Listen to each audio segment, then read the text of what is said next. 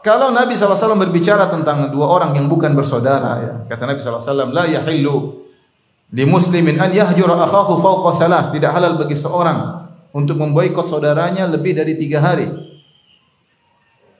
Yaltaqiyani, keduanya bertemu, fayuridu hadza wa yuridu hadza. Yang satu berpaling melengos kanan, satu melengos ke kiri. Ya. Kemudian kata Nabi SAW, wa khairuhuma alladhi yabda'u bisalam. Yang terbaik di antara keduanya yang memulai mengucapkan salam. Yang terbaik di antara keduanya yang pertama kali mengucapkan salam. Ini bukan saudara kita. Kita ngalah. Meskipun kita yang benar, mungkin teman kita yang salah. Kita sudah diemin selama 3 hari. Saatnya kita hentikan itu semua. Jangan ikuti syaitan. Jangan ikuti hawa nafsu. Setan senang-senang kalau kita bermusuh dengan saudara kita lebih dari 3 hari. Ibu-ibu terutama. Ya. Kalau udah ngambekkan sama temannya 3 hari, 3 bulan, 3 tahun, jangan. Sudah 3 hari saatnya kita menyelesaikan. Minimal kita ucapkan salam. Assalamualaikum warahmatullahi wabarakatuh. Kalau kita bisa ya sudah. Kita minta maaf. Meskipun kita yang benar. Kita mengalah demi akhirat kita. Kita mengalah demi derajat kita dinaikkan. Apalagi kalau kita ribut dengan saudara kandung kita, dengan kakak kita, dengan adik kita. Ya sudahlah, ngapain kita nurutin ego kita? Kita ingin hidup bahagia. Ngapain hidup bertengkar sama kakak, bertengkar sama adik? Rugi kita.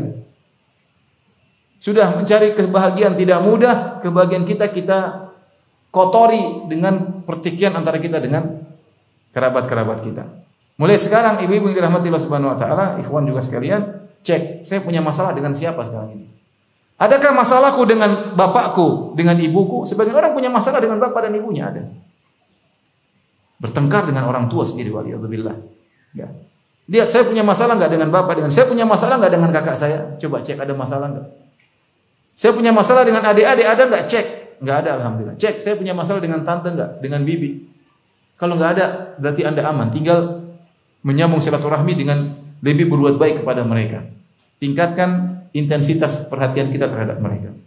Jadi kalau ada masalah, segera perbaiki. Jangan kita termasuk dari orang yang menyambung silaturahmi karena bahaya hukumannya. Ya. Ulaika alladzina la'anahumullah, mereka adalah orang-orang yang dilaknat oleh Allah.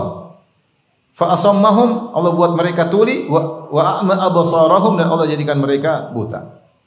Tapi kemudian hadis berikutnya, hadis yang pertama disebutkan oleh Al-Imam Az-Zahabi rahimahullah, wa qala Nabi sallallahu alaihi wasallam, Nabi bersabda, la yadkhulul jannata qati'. Sungguhnya orang yang memutuskan silaturahmi tidak masuk surga. Mengerikan. Sudah dilaknat, dibutakan, ditulikan, tidak masuk surga. Ini ancaman yang berat. Ai qati'ar rahim, tidak masuk surga orang yang memutuskan silaturahmi. Ini menunjukkan bahwasanya memutuskan silaturahmi adalah dosa besar. Tentunya kalau dia muslim, dia tidak akan kekal dalam neraka, ya. Ya. Ini harus kita yakini, ibu-ibu yang dirahmati Allah Subhanahu wa taala. Harus kita yakini, Bapak-bapak sekalian. Sambunglah silaturahmi, cobalah kita sambung silaturahmi dengan kakak, dengan adik. Mulai kita kirim kue, mulai kita tanya kabar-kabar, mulai kita kasih uang sama ponakan kalau kita punya uang. Paling tidak kita telepon, kita sapa bagaimana kabarnya Kak, bagaimana adik, bagaimana, kita menyenangkan hati mereka. Allah akan sambung kita dengan berbagai macam kebaikan. Allah yang janji, "Ama tardaina an asila man wasalaki." Tidakkah kau ridha wahai Rahim? Aku akan menyambung kebaikan terhadap orang yang berbuat yang menyambungmu. Wa aqta aman qata'aki, dan aku akan memutuskan kebaikan dari orang yang memutuskanmu. Kata Rahim, bala. Hati-hati. Seorang waspada, jangan sampai dia memutuskan silaturahmi, maka lantas kemudian Allah memutuskan kebaikan darinya. Tapi hadis berikutnya tentang silaturahmi dibawakan oleh Imam Zahabi rahimahullahu taala, kata Nabi sallallahu alaihi wasallam, "Man ahabba an yubsata lahu fi rizqihi wa yunsa'a lahu fi atharihi falyasil rahimah." Siapa yang suka untuk dilapangkan rezekinya dan dipanjangkan umurnya, falyasil rahimah, maka hendaknya dia menyambung silaturahmi. Wa man qata'ahum bil jafa wal ihmal wal hamaq. Demikian juga orang wakadha, orang yang memutuskan silaturahmi dengan kerabatnya dengan sikap kasarnya, dengan tidak memperdulikan, dengan kebodohan. Termasuk dalam hadis ini yaitu Allah akan putuskan dia. Jadi Imam Zahabi mengingatkan, terkadang seorang kaya ternyata dia punya kerabat miskin-miskin, dia cuekin, tidak dia telepon, tidak dia kunjungi. Ini memutuskan dengan sikap yang kaku, jafa, itu sudah bentuk memutuskan silaturahmi, kata Imam Zahabi. Jadi memutuskan silaturahmi menurut Imam Zahabi bukan berarti kita harus bertengkar, tidak harus bertengkar. Jangan disangka memutuskan silaturahmi itu cukup dengan bertengkar baru dikatakan memutuskan silaturahmi. Tidak. Kata beliau, kalau kamu kaya dan kamu punya kerabat yang miskin, kamu cuekin, itu memutuskan silaturahmi. Kamu cuekin, tidak kamu pedulikan, kamu sikapnya kaku dengan mereka, itu namanya memutuskan silaturahmi. Harusnya kamu cari tahu tentang kondisi mereka. Harusnya kamu berikan bantuan kepada mereka, itu rahimmu, kerabatmu. Bertakwa kepada Allah dalam menyambung silaturahmi. Nabi SAW bersabda, "Bulu arhamakum walau bisalam." Kata Nabi SAW, basahilah rahimmu meskipun hanya dengan salam. Karena para ulama mengatakan qati'atur rahim, memutuskan silaturahmi itu suatu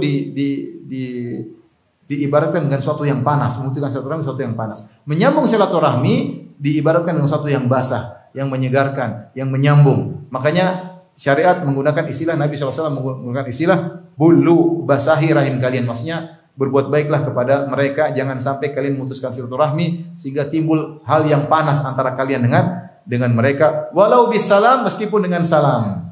Ini isyarat bahwasanya jika seorang tidak mampu untuk menyambung silaturahmi dengan harta, paling tidak dengan sapaan, dengan ucapkan salam, dengan menyapa, dengan kunjungan.